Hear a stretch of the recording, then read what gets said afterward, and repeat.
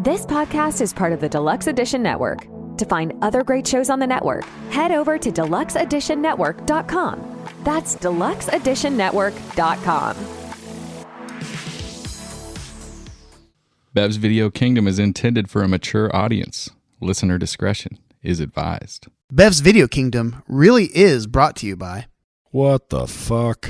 What's up, dude? One of my renters broke the toilet again. That dude takes giant shits. Now I know what I'm doing tomorrow.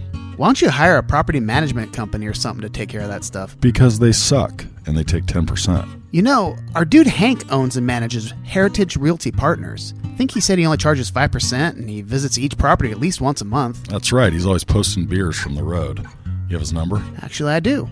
His personal number is 805-451-5734. Perfect. Now he can deal with my renter's big shits. Heritage Realty Partners. For all your property management and investment needs.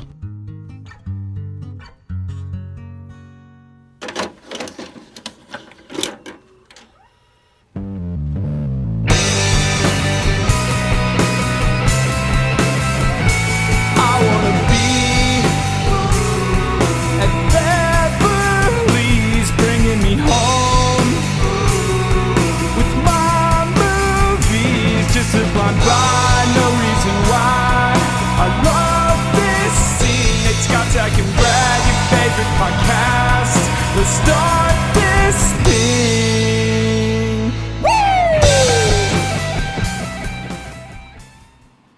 Baseball.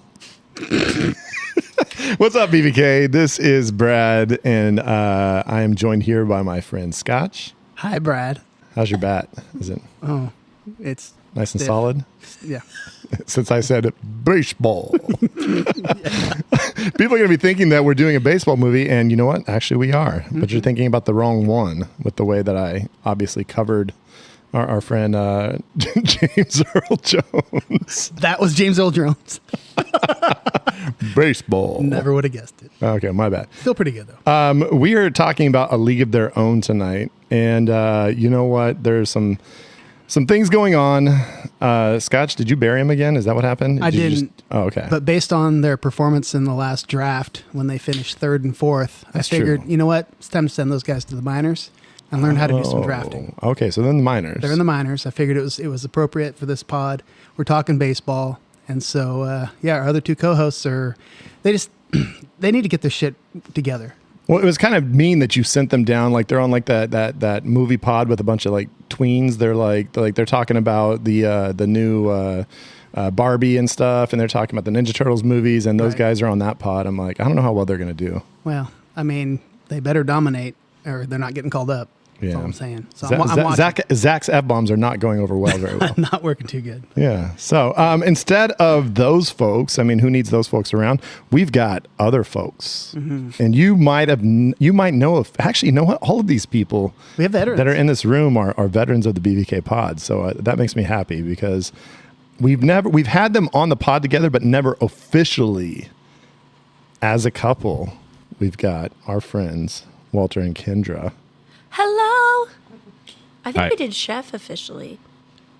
I think there Was that officially a couple pod? I think so. Yeah, I remember them both being I on. think so. That was years and years and It was a years long ago. Many time moons ago. I don't remember. Before your belt. Yeah. Before Pre-belt. we were, everything post podcast of the year. I mean, Right. that all just doesn't. That's like a blur for me. Yeah. All right. So hey, Walter, how you doing? Doing all right. You doing all right? Doing great. You want to talk some baseball? As long as we don't talk about the Giants. I don't want to talk baseball. We're in a Dodger den here, and the Giants aren't doing great. So I'd rather stay away from real life baseball. Dodgers haven't been that great the last few days also. So It's the let's worst. Let's keep it friendly. It's the worst when you can. You're the only like happiness for me is like the Dodgers have a pitcher that like committed domestic violence. Like that's terrible. That I'm like excited about that. Well, you'd like to cling on to anything negative with the Dodgers, and Pretty much. Yeah, so you're welcome that we have yet another dirtbag. I'm saying some franchises are notorious and some aren't. So Yeah, I'm it's like sure. the Patriots of the West. Uh-huh. Also, with some headphones on over there is my lovely wife, Melissa, who hasn't been on the pod in a little while. She was on most recently, she was on our pod about Love Actually. That's right. And she also once judged us on our the BBK Taste in Men. I feel like she's judged you a lot more than that. Oh, yes. I mean, yeah, if we're talking off the air, I've been judged my entire marriage and 3 years before that. So, I have skills. she does. She All the does. skills. A lot of judgment. All right. So, folks, we are talking about League of Their Own. And this is a classic movie that I remember from the first time watching it just being like, holy shit, this was an enjoyable movie. Like it's fun. It's got the right kind of rhythm the entire time. There's a lot of humor. There's a little bit of drama.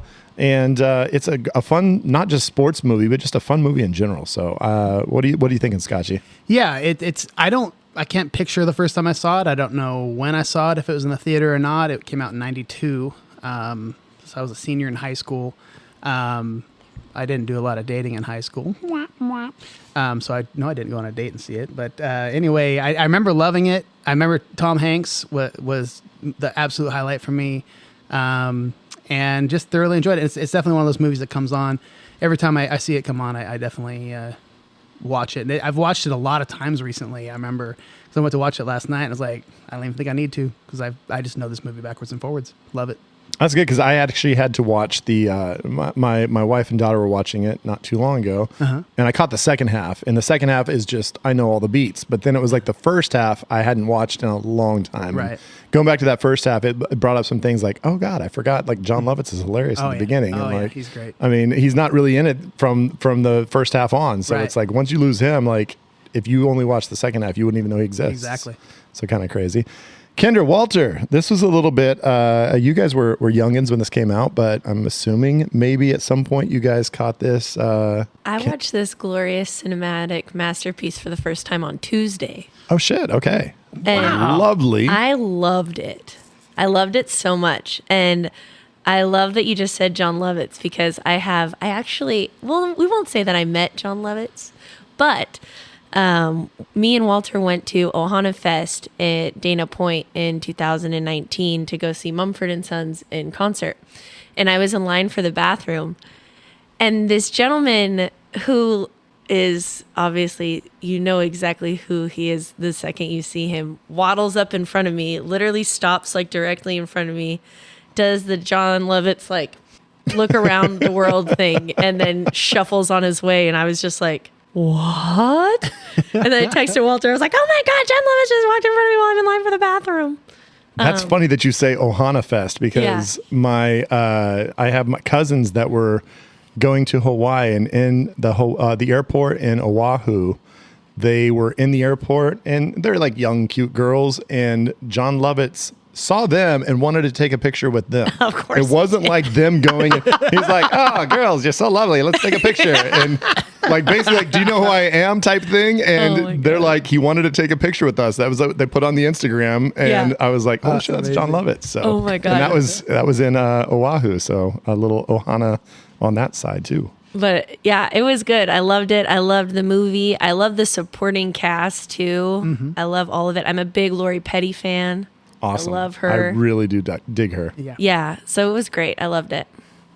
Yeah, I'd seen the movie prior, I think once or twice. I didn't remember a ton of it. It wasn't a movie that stuck out to me simply because it was I didn't like it. Not that I didn't like it. I really liked the film. I just don't really remember when the first time I saw it was or having any sort of really heavy thoughts about the movie when I saw it. So rewatching it was really cool. As soon as we got into the movie, when we sat down to watch it a couple days ago, I thought, oh, this is coming back to me, and Kendra's really going to like this. It's right up her alley. So it was really cool to rewatch it knowing what my wife's movie tastes are and that she would like it too. So I thought that was really cool. And it's a baseball movie, and I really like almost every baseball movie I've seen, so you can't really go wrong there. Did any of you have any idea that there was a professional girls baseball league, for real? This was based off of... I did know that. After watching the movie? No, going into it, you guys, did you know that going in before? I knew that the Rockford Peaches were a thing. Okay.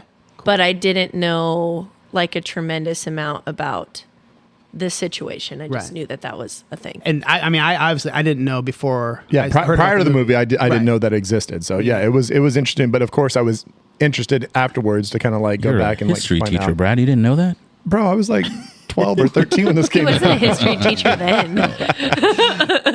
What you were saying real quick, Walter, I want to hit on that is that like I could see people saying this movie like I think Nate talked about Cinderella Man last week when he was like, Right. it's a movie that's really good and you enjoy it, but then you kind of like forget it afterwards. And I could see this maybe being in that vein of like where it's like you really enjoy it, but later on you're like, what happens in that? I know they play baseball and like forgetting some of the major beats.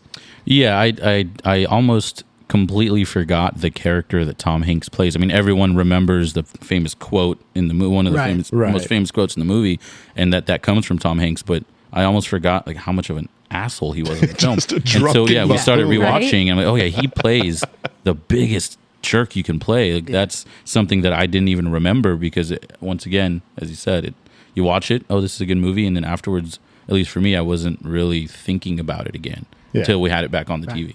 There you go. So we didn't mention directed by Penny Marshall, notorious for all sorts of stuff. And you got some of that? I got some. When we get to the drinking the director, Oh, okay. Well, I got yeah, a few yeah, things we of can get course, we into gotta on bring that her. You would think I don't know how to do this pod. I know.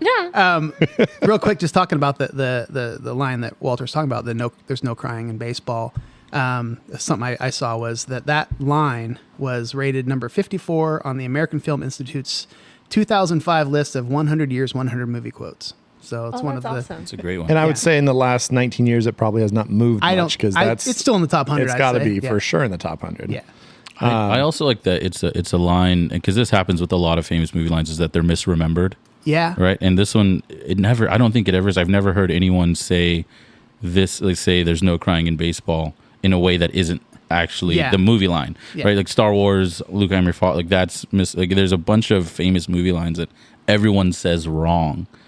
And this one doesn't seem to fall into that. Yeah, everyone knows. they pretty much get it right. I'm just surprised that a bigger line in pop culture is not, I'm going to go give the wife a little pickle tickle. I almost died when that happened. I was like, oh my God, this is amazing. I mean, how is that not in like just common like use right now at this point? It's in my notes because I was going to make sure it got brought up, and I'm so glad you did. I the do. first like 20 minutes of that movie before they kind of settle into, okay, we're playing baseball, there's some zingers. They're There's just some like sass. they just let John Lovitz loose, and they're like, "Okay, man, just talk shit to everybody, and we're gonna film it." And I'm sure this will just be the beginning of the movie. So just do whatever you want. I do use the phrase "whatever tickles your pickle." I do use that fairly often, but Is that where it comes from? I don't know if that's where I got it from, but that's what I feel like that was maybe tickle your pickle was maybe around before, but Yeah, I don't know. But 92. just give the wife the old pickle tickle. He says it so nonchalantly. Too. Yeah, and he's gonna run normal home, take a shower, just a little pickle tickle. and he's going to be on his way. He's going to go back and do some scouting.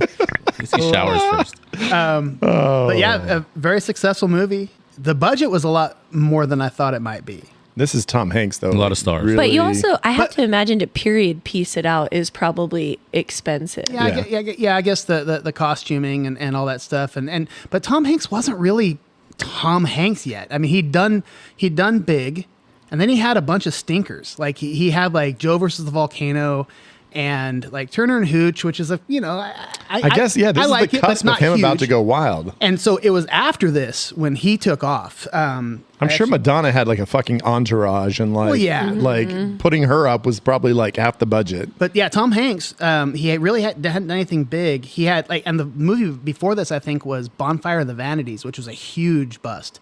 It was like a big book, and it was like I think Bruce Willis was in it. I've never heard of that. And it was supposed to be this big movie, and it totally was a bust. Melanie Griffith, I think, and so then this, and so he did this because Penny Marshall directed him in Big, and so when he came out after this, which I absolutely caught the attention of everybody, he did Sleepless in Seattle, Philadelphia, Forrest Gump, Apollo 13.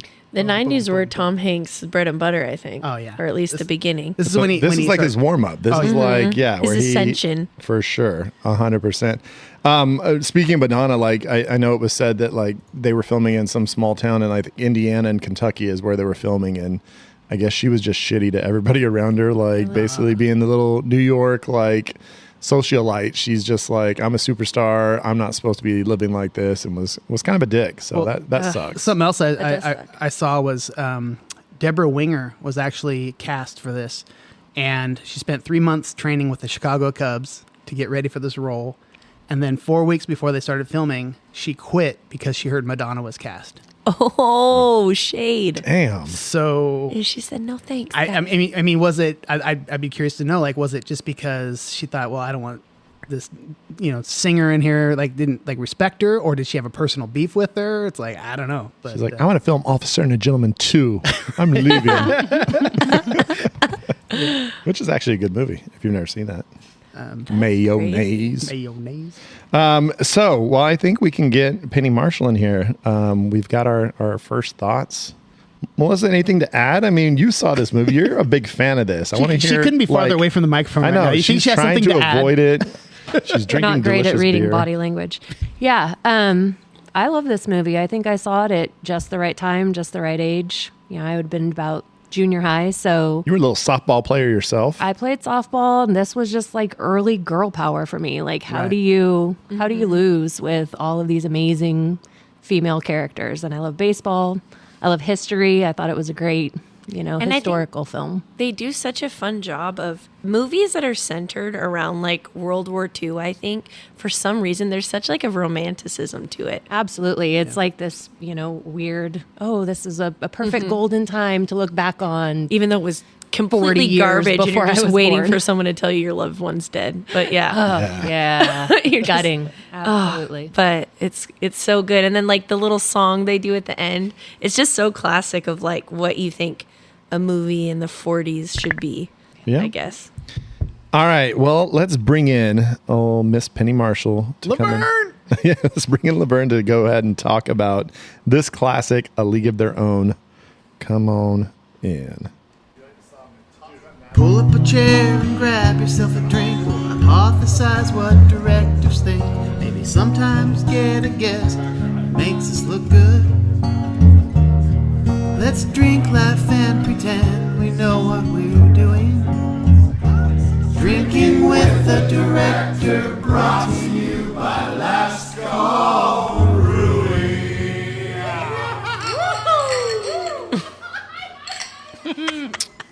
All right, Penny Marshall. Walter, do you love that we filmed that in Last Call? With on a packed night. I didn't know that you did that. Well, I must not have been there that We night. didn't invite you, actually. Oh, Yeah. yeah, Thanks, that makes Brad. sense. We weren't going to tell him that. That makes sense. This is awkward. I do love every time I hear that. So I've told Brad this, and I don't know if I've told the rest of the pod, but in the beginning of BVK, I really only ever listened to the draft episodes because I feel like a lot of people did that. They're the exciting ones. It's fun, right? And that bumper is why I started listening to the movie episodes. And now I listen to every movie episode because they're great and you should all listen to every movie episode. But that's the bumper that got me into them. It's not that I didn't want to hear the movie talk. It's just I was really stoked about the draft idea. And I was like, well, where's our, we got a sponsorship. Where's our bump? Where's our recognition? Oh, it's in the other episode. It's every other week. So I'm going to start listening to that. No, don't be complaining that it's every other week because it's literally Lifetime, apparently, according to Zach's negotiating skills. It was your guys' terms. So That's true. I mean, I just guess, accepted the terms Zach presented. I didn't negotiate it. Yeah, I guess. I mean, as long as we're mentioning you every other week, I guess that we're upholding our contract. Yeah, that works for me. That works for me. All right, that works. So we've got Penny Marshall. Unfortunately, passed away about 5 years ago. But Nate tried to contact her? Nate did try. Oh my God, folks! If you did not hear the story about John Avildsen on last week's or 2 weeks ago Karate Kid pod, it's one of the silliest things you've ever heard. It's, I mean, I've never felt more like embarrassment for somebody just imagining, and you could almost, it's like the train wreck where you could see it coming, and you're just like, oh my gosh, please tell me it doesn't end this way. But so Penny Marshall has passed away, but she had brought us a lot of comedy. Scotch, what have we got here? Some of the highlights. Well, of this. she definitely, I grew up with her, with Laverne and Shirley, watching that in reruns my whole life. And You know what's funny? My Laverne and Shirley. My only big thing is that I think of Wayne's World when they do like the little like when they're on their little road trip, Right. and they do the little reenactment. Like that is hilarious to me. But that's like all I remember of Laverne and Shirley. Right. I know my parents watched it a shit ton. Old as shit. Yeah, you're like as old as my parents. Rude. Wow. So yeah, she definitely had a long career in definitely in TV and various things and various movies. Her directing was actually kind of surprising to me because to me, I thought she had a whole bunch of credits, and I was looking them up. She really doesn't have as many as I thought she would. And so she started with Jumpin' Jack Flash, a Whoopi Goldberg movie back in '86. And then she did Big, which you'd think, well, shit, she hit a home run with that. She's, off to a great, she was a great career to start. Awakenings with De Niro and who else was in that? Robin Williams, thank you. And then she did A League of Their Own. And so those just bang, bang, bang, really great. She did a movie called Renaissance Man with Danny DeVito. I love that movie. Me too. Me too. I love that movie so much. I've been trying to find it on a streaming service. I love that movie so much. Really cool movie. Marky Mark is in it, and a whole bunch of other people. It's so good. Yeah, really good movie. So she did that, and then after that, The Preacher's Wife, Riding in Cars with Boys, which is also a great and that was emotionally taxing movie. That was her last feature film. It looks like. Oh God, have you seen it? I haven't. It's a drama. Okay, so that was in 2001. After that, she did some TV, and so then the last thing she did was a documentary about Rodman. I'm guessing it was Dennis Rodman. That's the only Rodman I know of. So, Rodman. I will say, Rodman. in the Rodman little, like just the little synopsis, it says, Rodman is the story of NBA Hall of Famer Dennis Rodman, told by Penny Marshall. Dennis told Penny he didn't trust or want anyone else to tell his story. So, dude, that's. I mean, she was a Laker fan, so I'm assuming she probably met him at that time. That's a good point. I want to know how they linked up. Like, why is didn't Rodman play for the Lakers for a little bit? Or am I thinking he was? I think he was on the Lakers for a bit. He was, I mean, obviously famous for playing for the Bulls, but I do believe he played for LA for a little. I don't like basketball. So okay, but I want to know what Penny did that got because it seems like Dennis Rodman doesn't want to He's friends with everybody. He and Kim Is Jong he Il friends were with friends. He played on the Lakers for 23 games. Oh, there you go. There you go. And then he was in LA and he was probably just partying too hard. I was like, fuck this, I'm done. Yeah. Huh. Hung out with Carmen. Yeah, so that's interesting. Like that she would be like he would be choosing her as like the one I want you to tell my story. But well, maybe he liked the movie Big and or Renaissance. He was Man. huge. Laverne and It was Shirley definitely fan. Renaissance Man. They got him, I think. Interesting, but yeah. So okay, you're right. That's not as many gigantic movies as I thought. But when you've got Big and you've got A League of Their Own in your pocket, it's like that's pretty damn solid. Well, what's crazy is she has some really great films that she did, and what were the reasons why she didn't do more? Was it a personal thing, or I wonder if Tom Hanks was like, "Fuck it, I can't work with it." But I mean, she made two of his biggest movies prior to him like going supersonic. I mean, she was like his lifeblood for a while. Well, when did Gary start making all of his movies? Is there maybe like a sibling thing that sort of wasn't Gary her dad? No, Gary's her brother. He looks like her dad. Because maybe it was like I don't know. Maybe I'm pretty sure it was a weird sibling. Like I think he did it forever. I mean, yeah, I'm sure he for started first. I think that's probably the thing. Is like we sometimes mix up like, okay, what was Gary Marshall's movies versus Penny Marshall's? Mm-hmm. But Gary Marshall has a lot of. I mean, correct me if I'm wrong, but he's almost strictly like rom-com, isn't he? He was the the league run, like the guy who ran the league, right?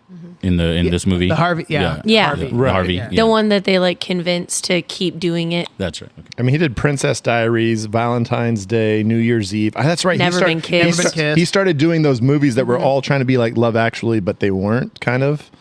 And then Princess Diaries, Runaway Bride. Yeah, he's got a smorgasbord of rom-coms. Frankie and Johnny, Exit to Eden, Pretty Woman, Hocus Pocus, Beaches, Overboard. Holy shit, Overboard. I mean, of course. Yeah. So maybe she just like got in some weird brother shit. I don't know. They're just like, our pile of money is large enough. You know, I think we've got enough to go around for a while. So I swear this whole time I thought he was her dad. Really? I'm not kidding. He looks old. I mean, if he does. Harvey, he's all gray, and I guess she's not in the movie, so she probably looked old as shit too when she directed it. I don't know. What do you want from me? All right. Well, I'm not smart. Don't talk about my friend's I'm Scotch not like a that. smart man. Well, it is Drinking with the Director. We got to start with this, of course. Drinking with the Director, sponsored by Last Call Brewing. My wife just flashed her Bev's Video Kingdom cup at me that is filled with some tasty Last Call brew, a little bit of flip-flop tank top, and unfortunately, as the summer's winding down, I believe they are on their last keg. Is this true, Walter? Yes, that beer will not be brewed again until next April.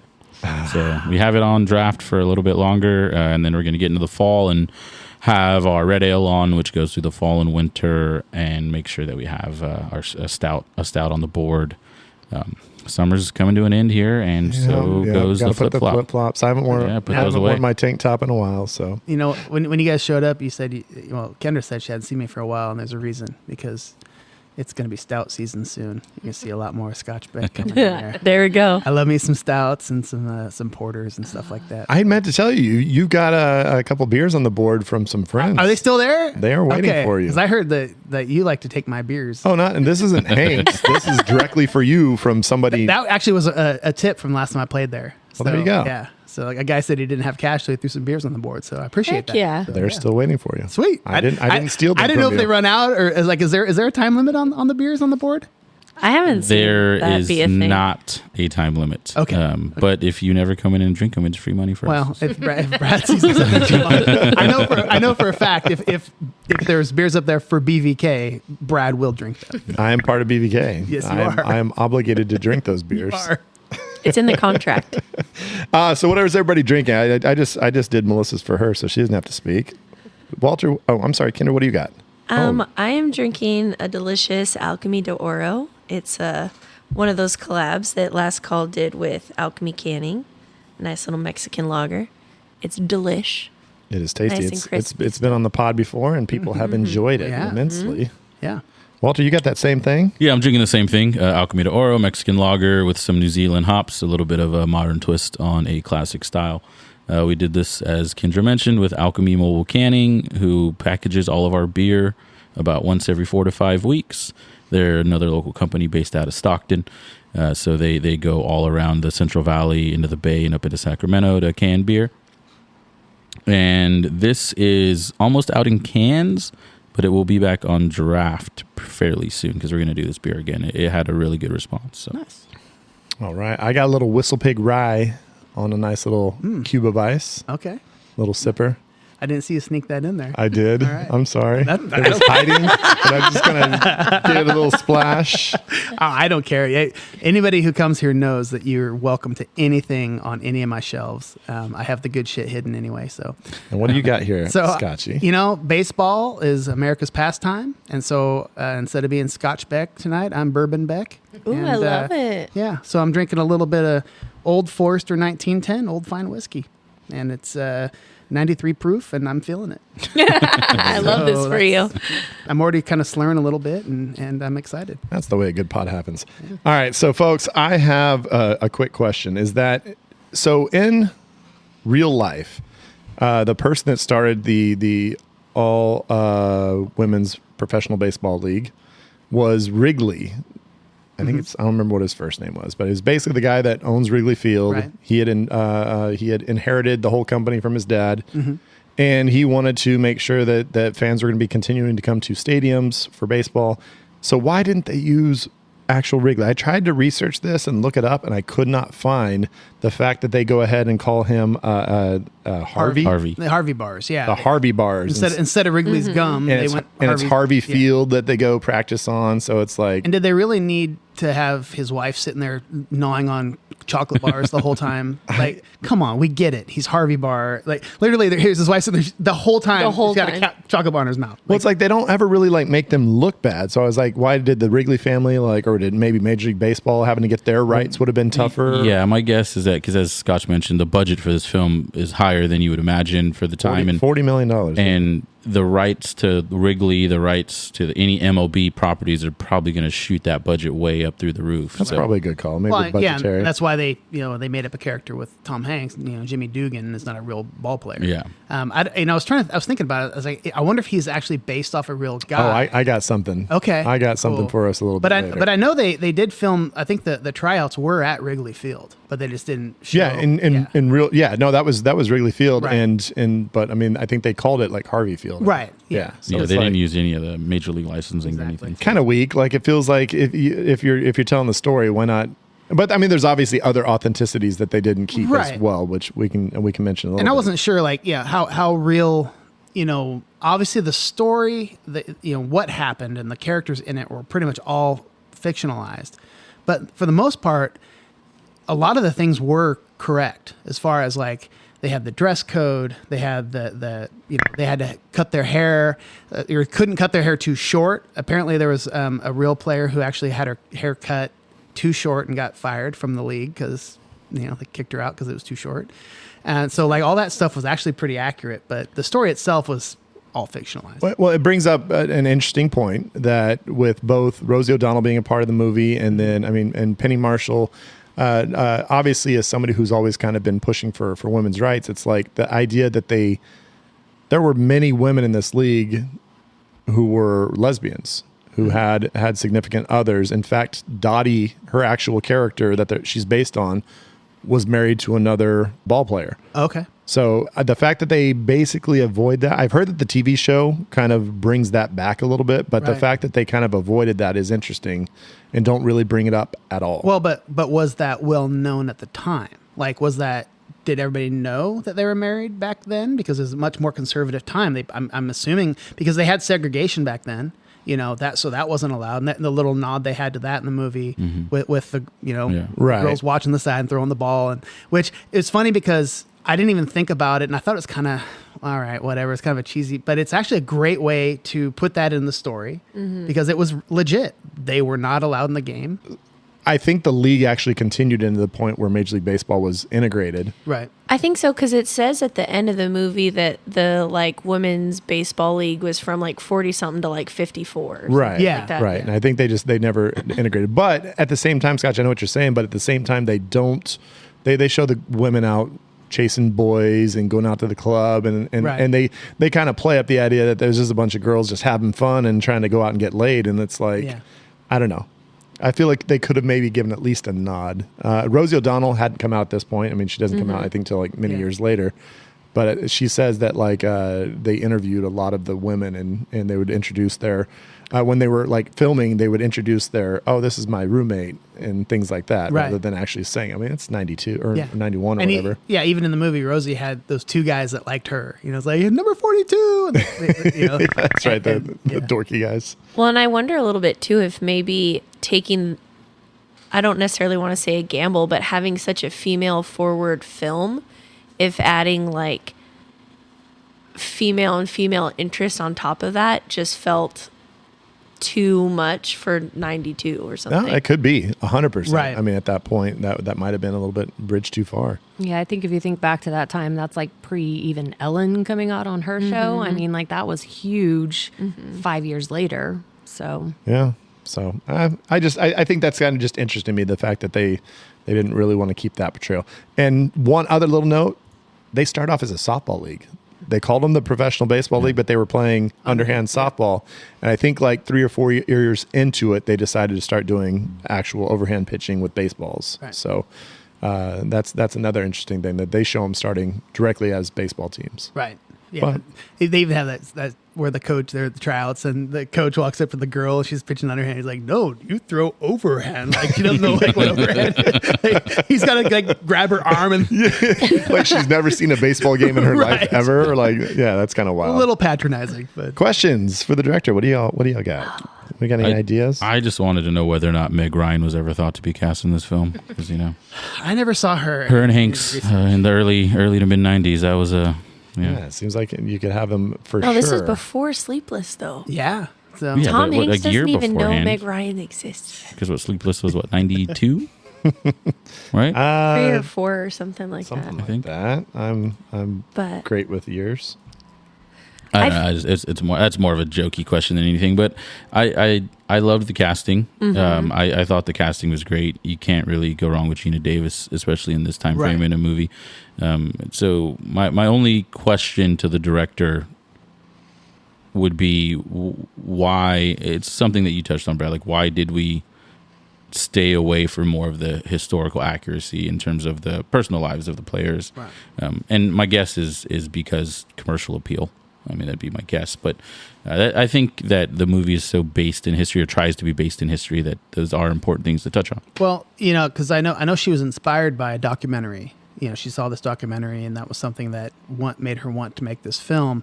But then she didn't write.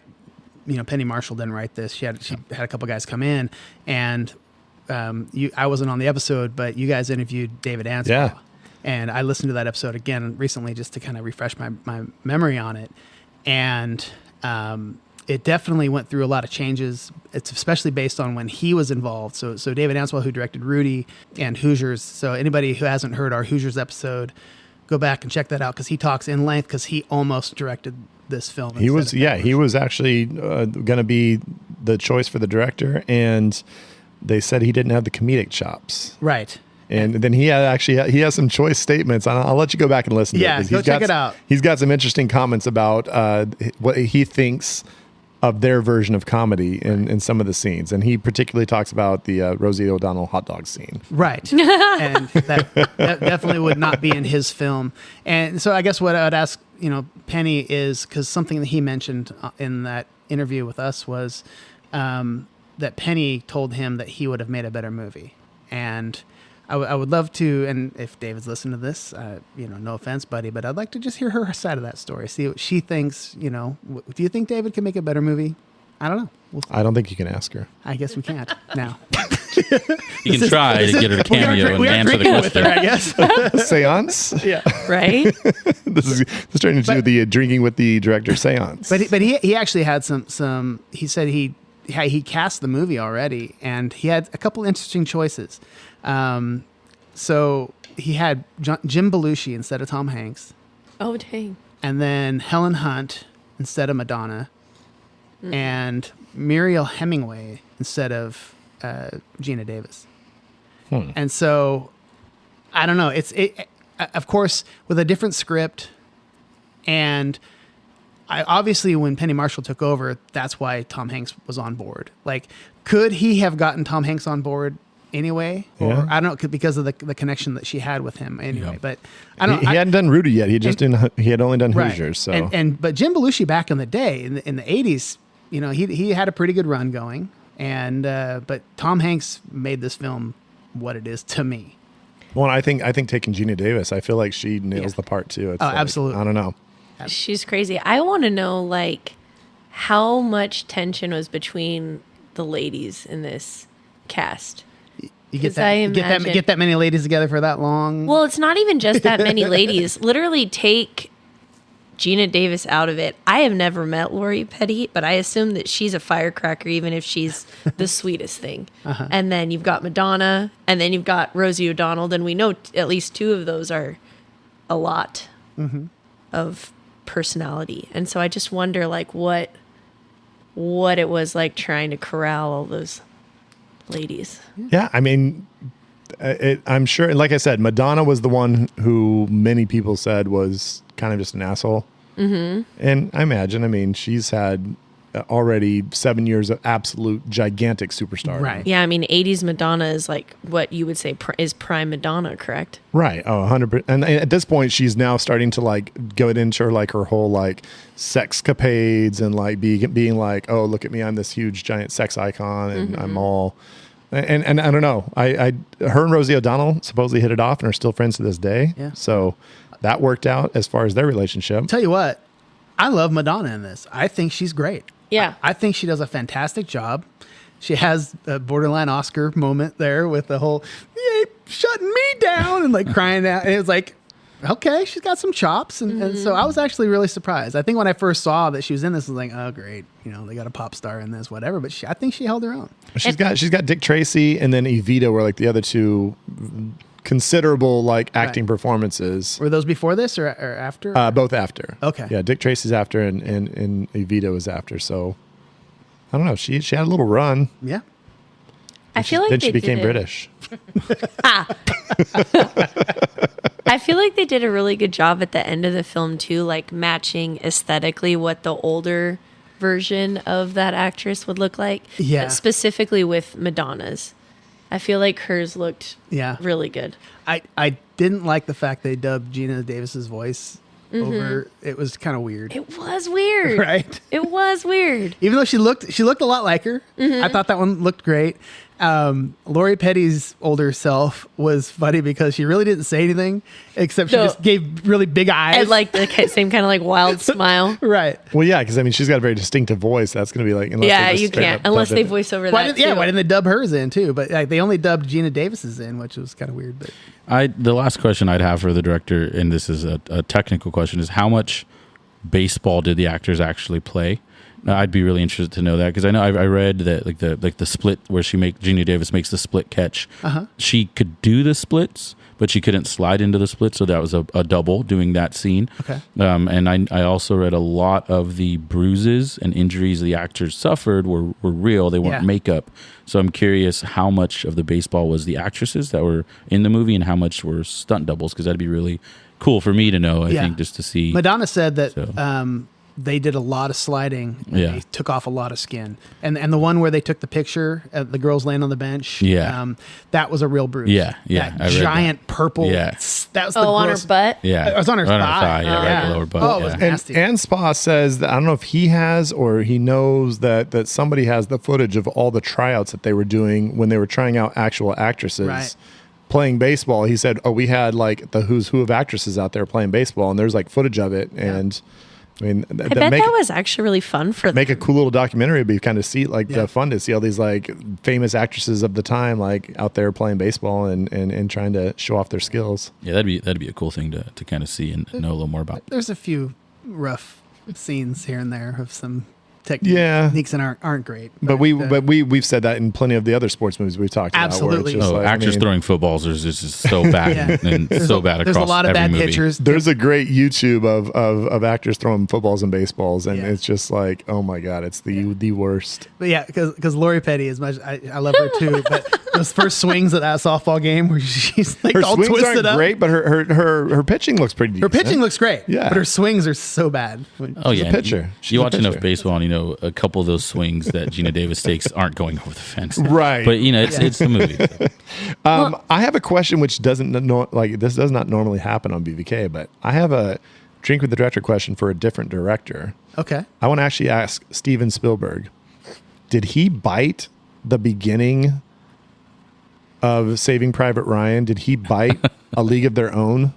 Because both of them have the exact same problems. They don't need to start with the older folks like doing their little thing. Like Saving Private Ryan needs to start right at D-Day and just right on the beach of Normandy. Boom.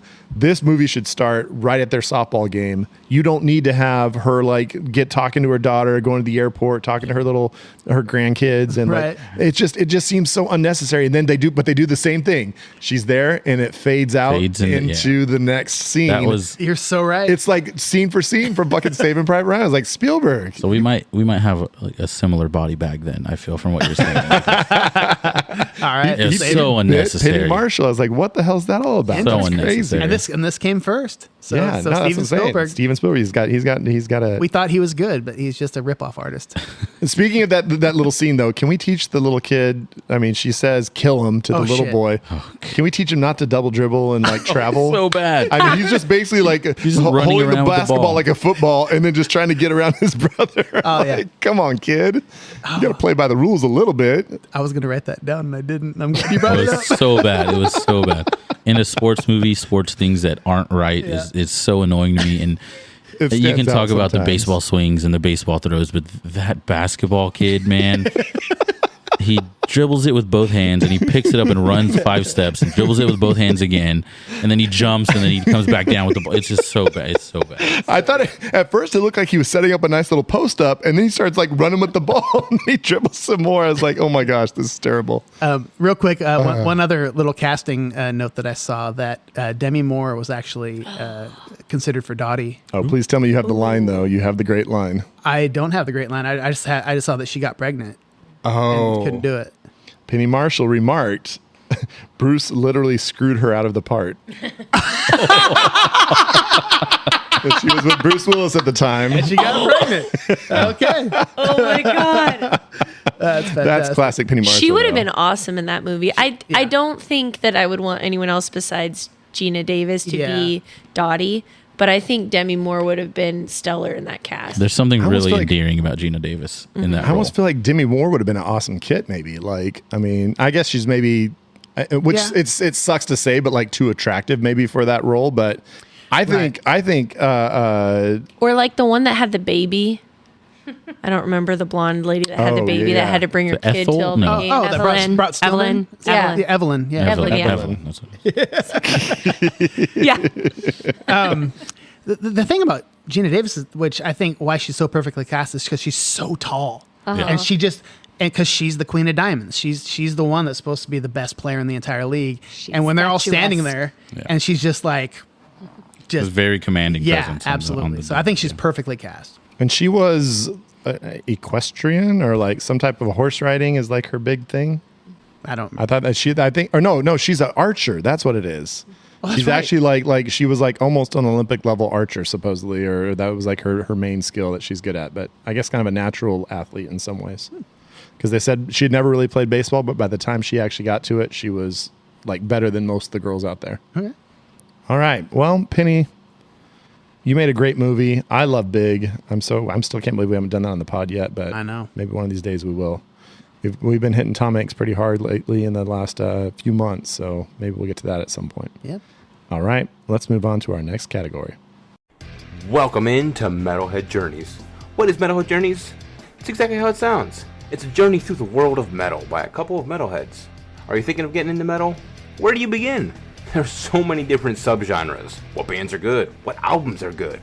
We'll provide answers to all of those questions. We'll handle all the research and do all the dirty work by listening to the good, the bad, and the ugly, so you don't have to. Classic albums, new albums, bands no one's ever heard of.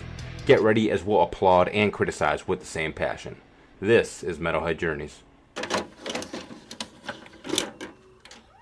Is it a one-night stand, or do you crane kick their face, or take 'em home to your single mom? It's like fuck, marry or kill.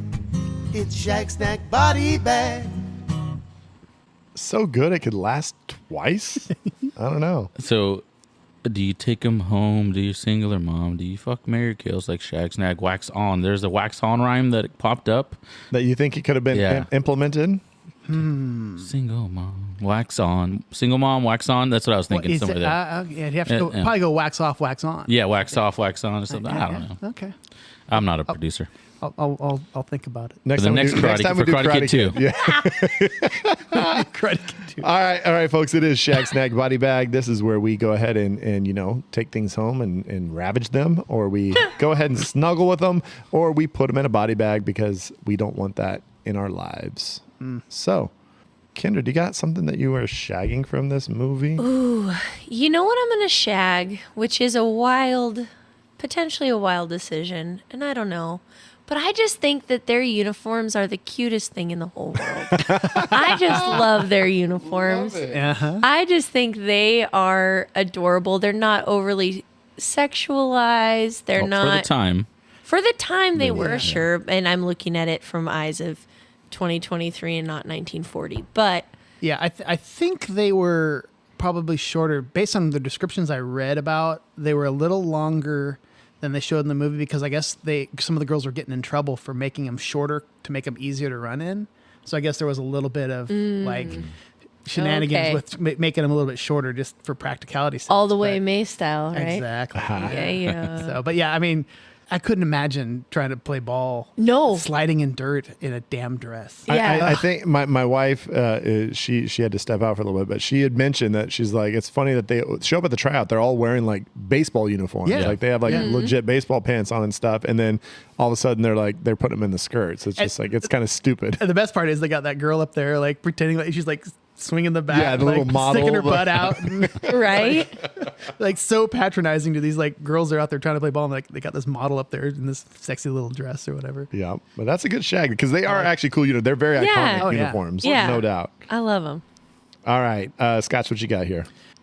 All right, let me preface this by saying that I'm sure he's fine. But I'm going to shag little fat kids getting hit in the face with a glove because they totally deserve it. Oh boy, Because got him. and I'll tell you what, that little actor, whoever the hell he is, the look on his face is so good. I laugh every time I see he just gets this stunned look and just kind of what the hell. It almost makes me wonder if they didn't tell him. I know, for real, because Yeah. it is a very good look. Like acting wise, it's pretty solid. And the kid is actually just a little terror the entire time. Oh, the Yeah. whole time. When he's on the bus the first time, Until the he's got very, very, he's very, got the very end. chocolate everywhere, and he's Yeah. in the little sailor outfit, and he's covering he's just a little hellion, and it's Yeah. just awesome. And the only way you get him to stop, she's like, have another chocolate bar. He's like, gimme, gimme, gimme, gimme. It's like, oh my God, you just want to take that kid and just. oh, But- he is Justin the worst. Scheller is the Justin Scheller. kid's name, the actor's name. Justin Does he Scheller. have any other any Let's credits? see, on his IMDb page, he has no other credits. That's awesome. You know what? He hit out the park. Go out a champion, man. Because I tell Yeah. you what, that look he gave is some of the finest work I've ever He seen. probably on- didn't want his face seen on national There is- television again. There sure- is some trivia on his IMDb page. Oh, boy, what do we There are got? 3 pieces of trivia. Okay. Oh my God. The first one is that he used his grandmother's last name in the film. The second one is that he is a good friend of famed celebrity impersonator Samuel. And he also, as of January 2006, was attending the University of Southern Indiana, focusing on an education degree. Well, there you go. He's a teacher good for now, him. probably. Yeah. That's awesome. All right. Teach people how to make that look because it was fantastic. You know, Scotch, if there's ever time to shag a little boy, you pick the right time. You picked the right time. Oh, yeah. It's been a while. Oh, boy. Oh, boy. I'm going to shag not little boys. Folks, if you have never listened to this pod before, you're like, what the fuck is going on? Just get It's fine. used to it. It's That's what fine. happens. Everything's It's- fine. It's all jokes. All right. So my shag is, it's kind of a surprise ending.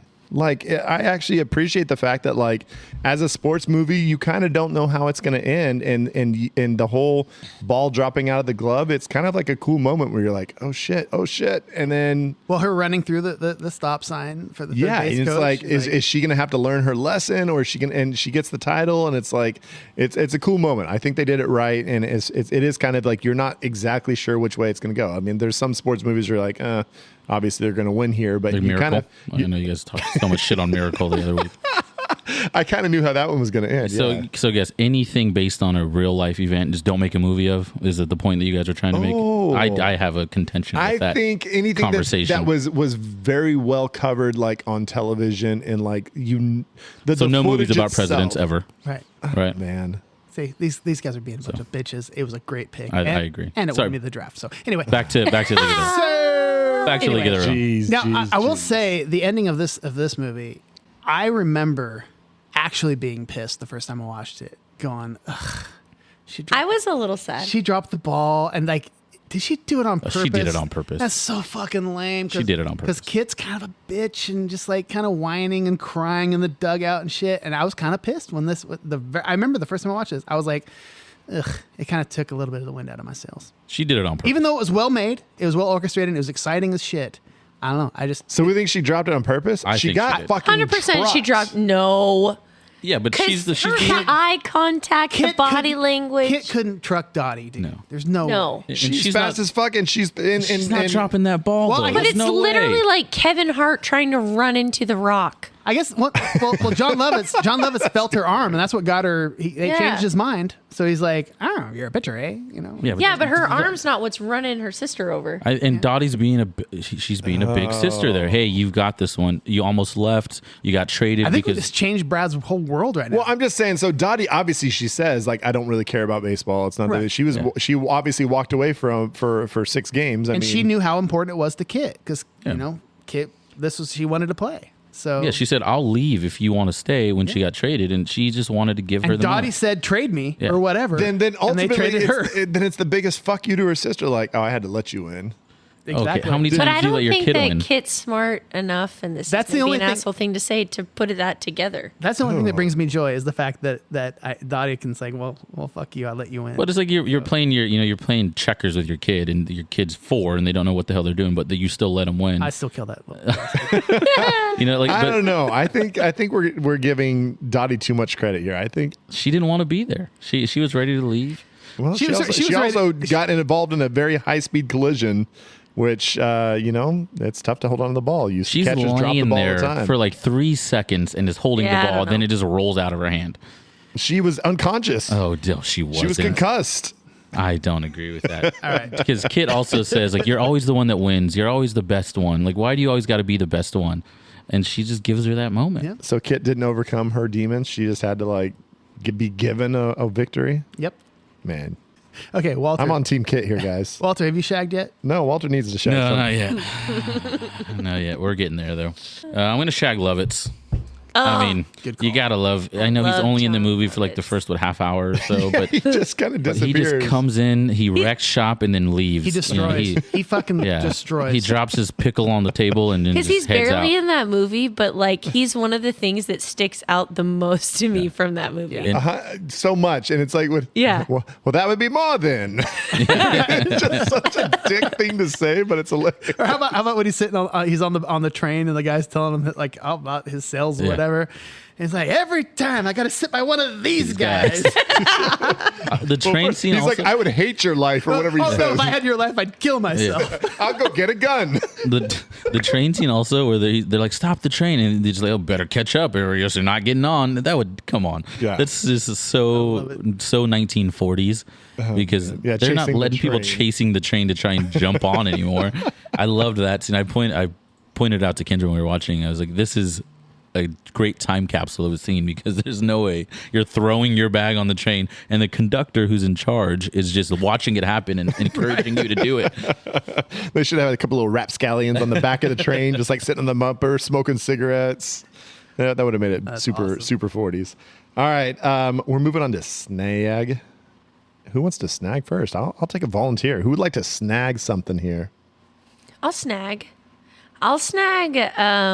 just the general feelings of like the 1940s, whether it's the style or the bars or the music that they play in the soundtrack or them singing in the bar. in the locker room at the very end. Right. I just love the extra steps that probably, I guess, Penny probably did to make sure to just make everything feel like you are in that era. And I loved that a lot. That's awesome. I'm gonna kind of on the back of that, as far as like authenticity, I'm gonna snag the band that is playing at the Suds Bucket, and when Marla is singing to Nelson, and Such a good scene. the scene where she hits that one note that's so bad, and you see one of the dudes in the band just sitting there, just like face palm and just like shaking his head, and just the realism of if you've ever been in a band or whatever and like heard somebody sing that just doesn't know anything about music and just like they're so bad and off key, it just it's so good. I just loved it. I love seeing the look on his face. I'm glad they did. That's such a good scene. Yeah. And she's all the way into. And what was May's answer? Oh, we just gave her a microphone and some alcohol, right? Is that all? A bunch of liquor. A bunch of liquor. That's Yeah. what she said. Yeah, it's such a good scene. You want to snag next, Brad? Or you want me to snag first? Go for it. All right, I'm going to snag baseball. The movie's about baseball. I love baseball. Baseball. Baseball. As I said, Hey, I didn't have a body bag. Now I do. as I said earlier, I love almost any movie about baseball, Sandlot, The Rookie, Major League, anything, Field of Dreams, this movie, League of Their Own. I love baseball, right? How can you not be romantic about baseball, right? Yep. That's the old saying. And so I think that this movie while the playing of the game may not be the most accurate in terms of how they're throwing the ball and how they're hitting the ball, the feeling that you get when you're in an arena and you're watching a baseball game, and just what a team that's succeeding brings to a city is a really cool feeling. And so I that's what I'm going to snag is baseball. Love it. Baseball's a classic. Come on now. That's a great.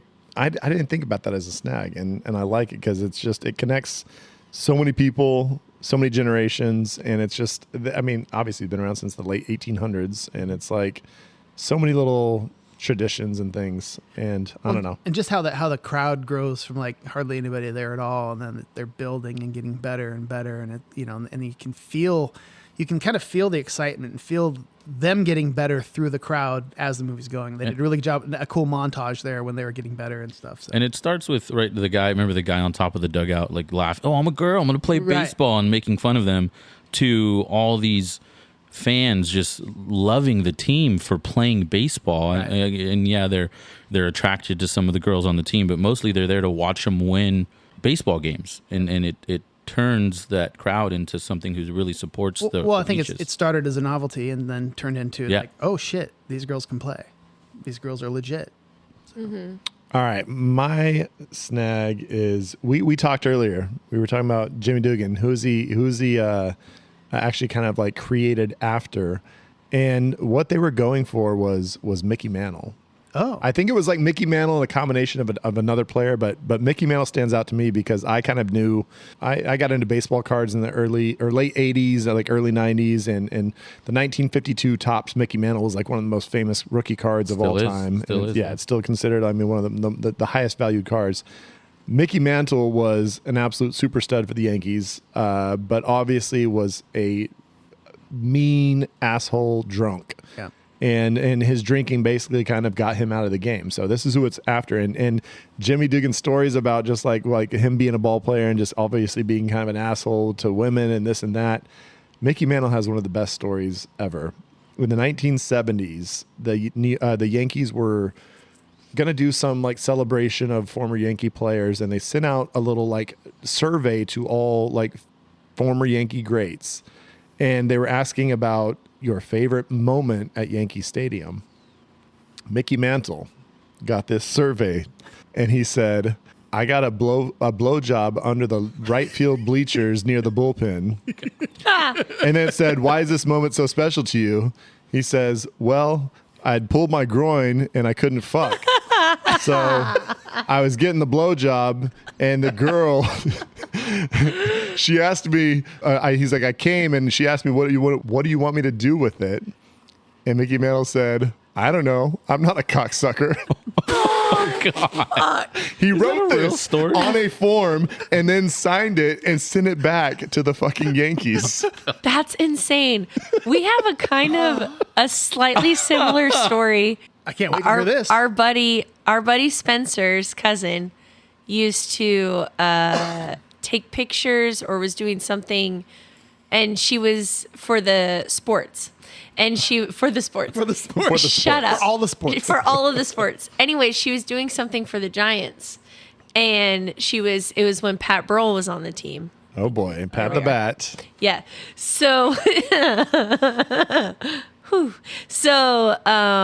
he gave her his hotel room card and was like, "Yeah, I'll do an interview with you later, yada yada yada yada. You have to come up to my room." And so she was like, "Well, what the fuck? Like, is this, I don't know. Is this professional? What's happening here?" So she goes up, she puts the card in, she gets into the room, and allegedly. Did he have his bat out? Just hold the fuck on. Allegedly, at a skyscraper hotel with the windows open, Pat Burrell's buck-ass naked practicing his swing. She comes in, he turns around, he puts the bat down, he leans on it, and he says, "So, you ready to fuck, Pat Burrell?" And she said, "No." And she left. That is crazy. And this is turning into a sports gossip podcast right now, just for a second, because I have firsthand information. Well, okay, secondhand information I have Firsthand would be way more better. first-hand information would be way crazier. I have second-hand information from a former colleague that the San Francisco 49ers training camp was in Stockton. Yeah. And a friend was dating a player while they were in there for the training camp. And while her and her friend went to go get some action in an apartment, one of the other friends was left alone with a 49er named Julian Peterson. And he was, as she goes to the kitchen, when she comes back after her friend and the other 49er player had gone off to go do their thing, when she walked back out from the kitchen, he was just buck naked on the couch, just sitting there kind of like looking down like, all right, let's do this. And she was like, I'm not sure what you think is going to happen right now, but it's not going to happen. Wow. But that was his move. He was just like, I'm going to be sitting here buck naked, and if you're ready to go, and we're going to just throw some gossip here. I don't give a fuck. I don't know Julian Peterson. I don't know Pat Burrell. His nickname from this point on was Donkey Schlong. Also, I think that's one of the only times Pat Burrell's ever been mentioned in the same breath as Mickey Mantle, so he might actually appreciate that shout out on the podcast. Mickey Mantle to Pat Burrell to Julian Peterson, a former defensive lineman for the 49ers. Or actually, I think it's like outside linebacker kind of. And now to Scott Beck. I ain't got no dick. We'll leave it at that. I got no dick. But do you have a body bag? I thought it was a snack. I do have a fun story that we can cut if we want. So when I was living in LA, we worked out at their gym was actually a few blocks away from our apartment, and it was a Magic Johnson owned. I can't remember the name of it, but it was Magic Johnson Sport Fit, whatever it was called. And so every once in a while I'd be in there working out, and Magic Johnson would be walking around, and I'd say, oh shit, I'm on the treadmill, there's fucking Magic, that's kind of cool, you know. And so I'm sitting there one day working out, and my buddy Jeff was also at the gym at the same time, and I saw Jeff go back into the locker room to change, and about 30 seconds after him, Magic Johnson went walking back there too. And I think this might have been the first time I saw him in the gym. I was like, oh, this is cool. And so I'm on the treadmill, whatever. And then eventually I see Jeff walk out, and he goes back to the apartment. And then I finish up. I go back to the apartment. I was like, dude, I bet he saw him too, because he went into the locker room. And so I go in the apartment. I go, hey, dude, did you see Magic? He's like, no. It's like, dude, he walked right into the locker room right after you did. And he's like, I didn't see him. He's like, oh, I saw a big old naked black dude. And I go, oh, so you saw Magic Johnson. I swear to God. I love it that there's a punchline within the story. The anecdote with the punchline is the best. Oh my Holy God. shit. Yeah, our pod's gone a little off the rails, but you know. I didn't start it. She did. Sports. I think I started with the Mickey Mantle story. So I think, but that is an absolutely true story about Mickey Mantle. He was a crazy person, and that's who Jimmy Dugan was based after. Awesome. Dude who hit a lot of home runs and ended his career with drinking. His famous quote about drinking was that he said, if I had known I was going to live as long as I did, I wouldn't have drank so much. Wow. I think he died in his pretty deep. mid-60s, which is still not sense. great. But he was like, I thought I was going to just die after playing baseball, 40 years old or whatever. All right, we are on Speaking to of death, body bags. Body bags. There you go. Look at that segue. He's a pro, folks. He's a pro. Seasoned veteran. All right, so body bags. I'm going to start here. And, BVK, we really, really have always been a fan of Bill Paxton. But there's a lesser actor in my mind that has always been around. Just kind of, there's one movie I like him in, but most other shit that he's in, I'm just not Day, right? super. Yeah. Okay. No. I actually really only like him in Spaceballs. But Bill Pullman is just, I'm never excited to see him on the screen. He's just so plain and just boring, and I've never rooted against a World War II veteran more who's got a Purple Heart, was wounded, and I'm like, fuck this guy. He is just terrible. Is speech and He independence takes dating her get you away going? like from her love and her passion. He's like, honey, I'm fucked up. Come take care of me in Oregon. And she's like, okay, let's go. And he doesn't even like help her, like, you know. But then they also turn around when they get to whatever city. They they only got- made it to blah blah. They got and to then Yellowstone. And Yeah, Yeah. Yellowstone. Yeah. So I'm gonna piggyback on this because that segues nicely. So my body bag is leaving the team to get fucking married. I mean, seriously, Marla Hooch, the best hitter on the team. You can't wait a month for the season to be done to get married and go on your honeymoon with Nelson. And they're all happy. See you next season. Like, dude, they're in the middle of the fucking run, dude. Yeah. That's bullshit. You don't leave a team in the middle of the season, and then freaking Dottie's going to do it too. And the thing is, when she came back, they were tied up 3-3. They could have already won the series if she was there the whole series. So Or they could have lost it while she was gone. Who knows? Yeah. So I think it's What bullshit. if she's driving back? Because it took her a few days to get back. Of course. What if they would have lost like Game 6 or whatever? I don't know. Exactly. I don't remember like the exact like. I wish they had. I wish they'd lost in Game 6. She wasted all that gas trying to get back from Yellowstone to fucking Chicago, and then she can go fuck herself. So anyway, that's my body bag. Man, we came out hard with our body bags. What do you guys You got wanna out go? here?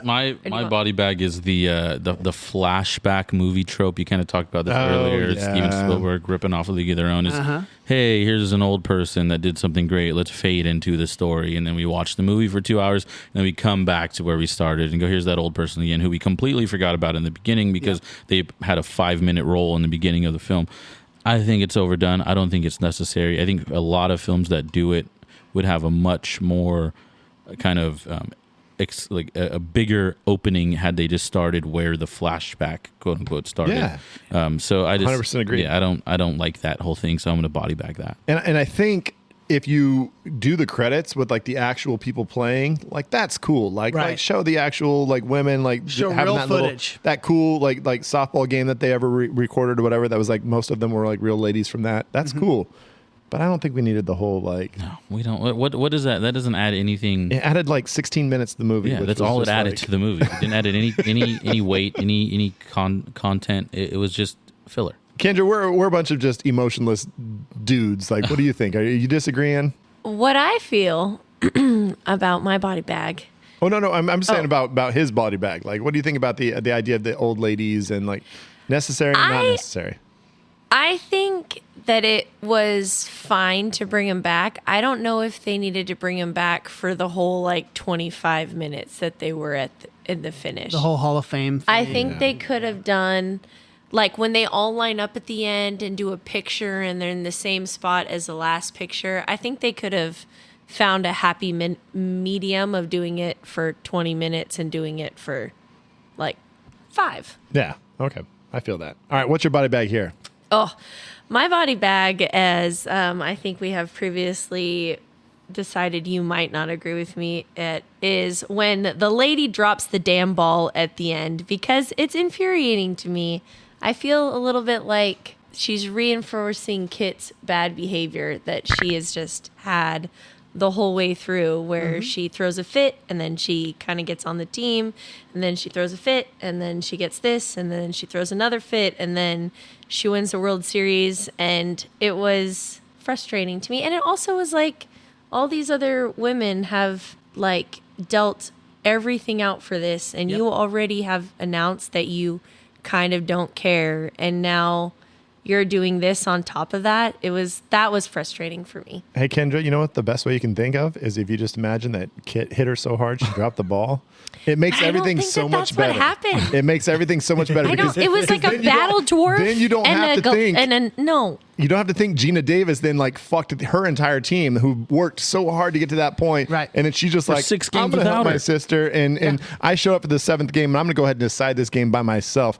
If you take that away, it makes you feel so much better about the movie. I mean, they did. But I don't think that's what happened. The team they fought so hard without Marla Hooch because she got married. They did it without Betty Spaghetti because her husband died in the war. Like they overcame all these odds, and then she just drops the ball because she feels bad. And it's like she has it, and then she's like, "Bleh." All You right. fucking get it. I get it, dude. Of I'm course I saying, get it. I if you told I hate it. think about the way I do, everything's golden. And I love you for it, but I will stay over here in my bitter little cave. All right, folks, we're moving on to our next category. Let's go. Crackle, Pluto, HBO, find anime on Crunchyroll, Peacock, Hulu, Disney, Netflix, Tubi, Sling TV, Showtime, Shudder, Fubo. What the fuck is Fubo? I'm sure it'll cause a sensation. It's a streaming recommendation. All right, folks, it is streaming recommendation time. So we're going to be checking out movies or TV shows or whatever we're thinking about that makes us think of A League of Their Own. Kendra, do you got something for us? I am Googling. pretty sure that I do, and I do. I think that the female camaraderie of the show movie is very wonderful and inspiring and reminiscent of a slightly different movie called Steel Magnolias, where they're fighting not a team, but, you know, an assortment of obstacles in their own personal lives, and most of them overcome at the end, and then also have to figure out how to deal with losing a friend in it. But I recommend Steel Magnolias on Netflix. Yeah, a lot of good of like women, you know, they're talking shit to each other Yeah. and having fun. They have and- each other's back, yeah. but they're also like razzing each other, and it's a good time. I love it. All right, that's a good pick. Walter, what do you got here? This is. I'm gonna recommend every baseball movie. I think I've confessed my love for baseball movies already, and so 42, The Sandlot, Moneyball, Bull Durham, The Rookie, Save some for the rest of us, bro. Little all Big those- League, Major League. every single baseball. Go watch Rookie every of the baseball Year. movie. Rookie, fall in love with baseball movies. Angels in the Outfield. How about the Ken Burns documentary, Baseball? Yeah, watch that too. Watch Baseball. Watch regular baseball. Watch everything that has to do with baseball. That's what I'm going to recommend. Field of Dreams. Did you mention Field of Dreams? No, Field of Dreams. There's so many good ones. This movie hits me in the feels because of baseball, and so I just want other people to love baseball as much as I do. Field of Baseball. Dreams isn't a baseball movie, so. Baseball. All right, I'm going to go ahead and take. Yeah, sorry, Scotch. I'm not going to trample yours. I promise. Okay. I'm going to go with another movie that empowering women. You get to see women succeeding in a field where it's normally men. Showgirls. That's Scotch's. I'm going to go and take Hidden Figures. That's what I was. Are you fucking kidding? Yes, I am. You asshole. Hidden Figures, the great story of female mathematicians. You can't invite her anywhere. Female mathematicians, but these are black females who are succeeding in a scenario where it's always been white men calling on the shots. Kevin Costner is kind of like the boss of the operation, and but they're relying on these ladies to crunch numbers right before they're starting to get computer calculations. So they still had to do everything by hand. And these ladies were doing a hell of a job, and there's a lot of interactions with them, having fun, razzing each other, and again, succeeding in a man's world in a situation where they're not supposed to, and back in like the period piece, 50s. So there you go. Dig it. So speaking of Kevin Costner and speaking of baseball and not speaking of Bull Durham, which I actually love and would recommend everybody watching Bull Durham, another movie about baseball that I actually really enjoy is called For the Love of the Game. And Baseball. It's really interesting because the entire movie is literally while he's on the mound, he's having these flashbacks with his relationship with Kelly Preston. And it's great. I just really love it. Our boy John C. Reilly is the catcher, and so I mean, he had me at John C. Reilly, of course. And I just really enjoy it. It's a really good movie. It's on Amazon Prime, and so check it out. Did I say Hidden Figures was on Disney Plus? No. You just did? You just. Disney no, you Plus. I don't know if I gave it props. There you go. Disney Plus for Hidden Figures. did. Where is every single movie that you listed on, Walter? They're on multiple streaming platforms that you may or may not have access to. Crackle, Pluto, HBO. Yeah, Yes, exactly. exactly. Just listen that'd be to the perfect our thing. bumper and you'll know. But Just Watch, there's an app, or you can go to justwatch.com and you can put in any movie or TV show that you're wanting to watch, and it'll show you where it's streaming. So they're not actually giving us any money for that. Yeah, why did you say that? But you know what? It's helpful. Right. All right, we're moving on to our next category. Here we go. No jet wash for Maverick, Meg's still on that goose stick. Iceberg list Titanic, Leo's drawing that nude shit. Jim fucks Nadia like we all thought he should. Ricky and Doughboy get the fuck out the hood. Luke hooks up with Leia just like he's intending. It's time for a reshelf and alternate endings. All right, we've got our reshelf or alternate endings. We're either putting this movie into a different category or we are going ahead and changing the ending or some part of the movie. You know, we always get wild with it. So who's got something for me? Anybody want to change this movie up a little bit? Mess with the ending? I see some shaking of the heads over there. I'll start. Okay. What if, like we talked about earlier, we just go full Skin and Max and it's like a softcore lesbian porno? Hey. Sign me up. I mean, shit. Man, they're league in of their their rooms. own, if They're you not know going what out I'm to the saying. club. They're just sneaking into each other's rooms and just Yeah. having these wild parties. Still using bats. It's like Orange is the New boy. Black, but it's I'm like glad the one one woman on the podcast recommended that, and not any of us dirtbags. she knows her audience. She knows her audience. What is she? Come on, she's That's listening amazing. with you. I'm gonna. My alternate ending is just: what if Kit and Dottie stay on the same team and just win a championship together? You know, it takes away a lot of these things. Like, why don't they just become? You know, let's do this together. I know you want it. I want it.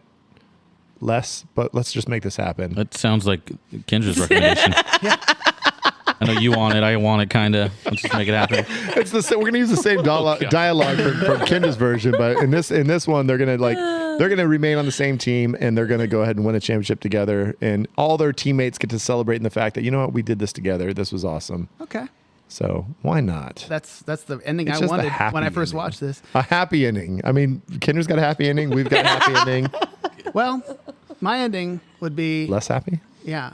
So Dottie drops the ball, and the other team's celebrating. And, you know, they had that shot where her and Jimmy are kind of watching them celebrate. She got that look on her face like, yeah, I kind of let that happen. All of a sudden, her face changes, and she just can't take it anymore. She picks up that ball. She fucking hucks it and knocks the head off the coach because she got super strength and these fangs pop out. And she fucking runs over and just starts just chewing on all the other team. You look up in the stands and Bill Pullman is up there. He's a vampire too. And he's eating Mr. Harvey's bar. And fucking, so it's League of Their Own till dawn. Oh, there we go. Little fangs, So you're saying little this blood. is all Bill Pullman's fault? Yeah.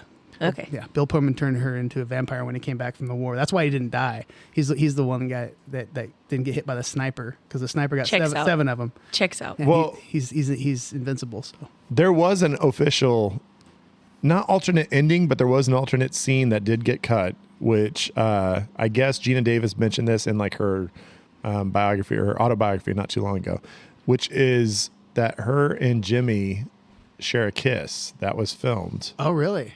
And they took it out because they're like, you know, we don't want her cheating on her husband. He's That like would in the change the military. film, for sure. But 100%. at the same time, like I There's said in tension. my body bag, it's like I don't think she necessarily needs to be with Jimmy, but I mean, shouldn't they be fucking? Come on, like Well, they there's seem like tension. they definitely dig each other, Yeah. and I bet he's gotten a couple He's blowjobs very under the disappointed bleachers. Bill Pullman is her husband. He's like, oh.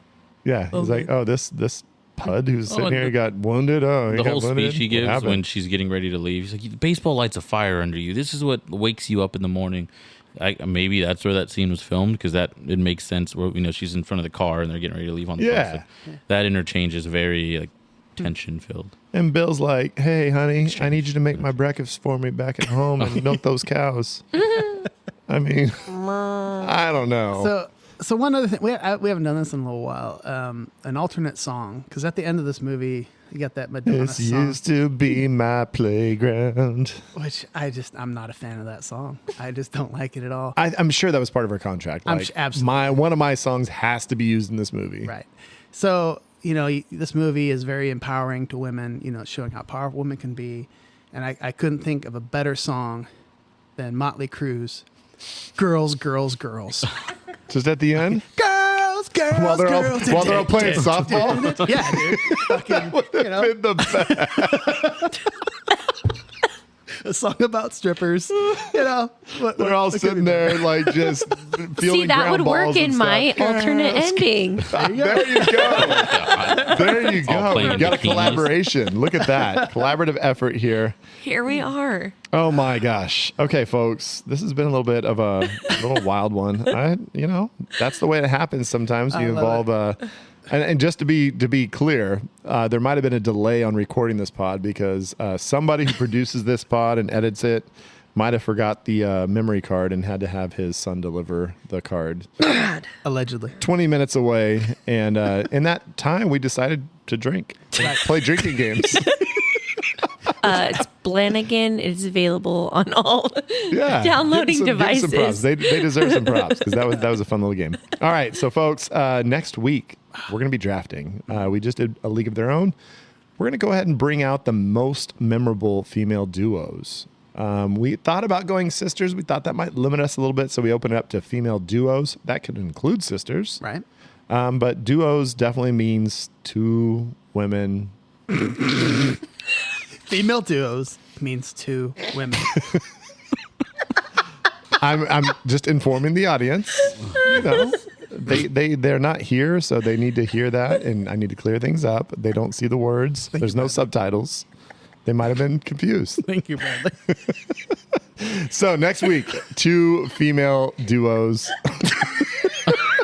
I'm in your kitchen now, buddy. So we're drafting 4 women. It's the Latin of it all. Most memorable female duos. We will each take 4 picks, and the draftees are going to be me, Scotch. Kendra and Walter. No. Players to be named later. Oh, nice baseball tie-in. Players to be named later. So, all right, folks. It's been a pleasure. Check us out on the socials. Oh, you know. It's getting saucy. It's late night, and we're just trying to wrap this thing up. But if you go on the socials, I really, really, really, really want you to leave a message, comment something. If you think some of our recent judges have sucked, let us know. There's a lot of talk going on in our realm that's talking about some of our judges. There's been controversial takes and controversial decisions. Let us know. We would love to hear some shit talk about anybody that's part of this pod, including our judges. But I've got some folks over here that I want to thank. Walter, what's up? Oh, no. Come to me at the very end.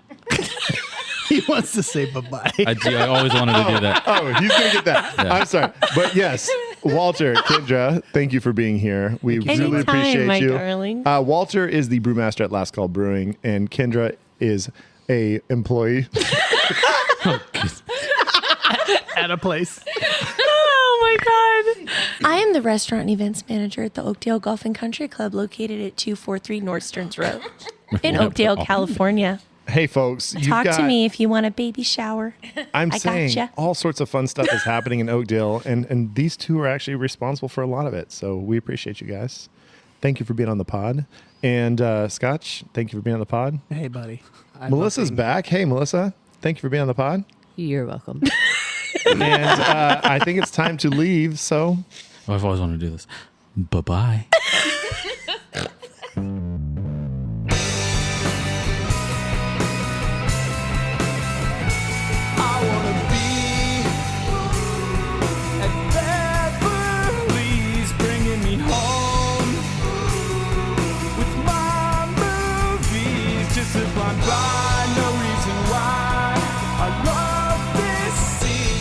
I can brag your favorite podcast. Let's start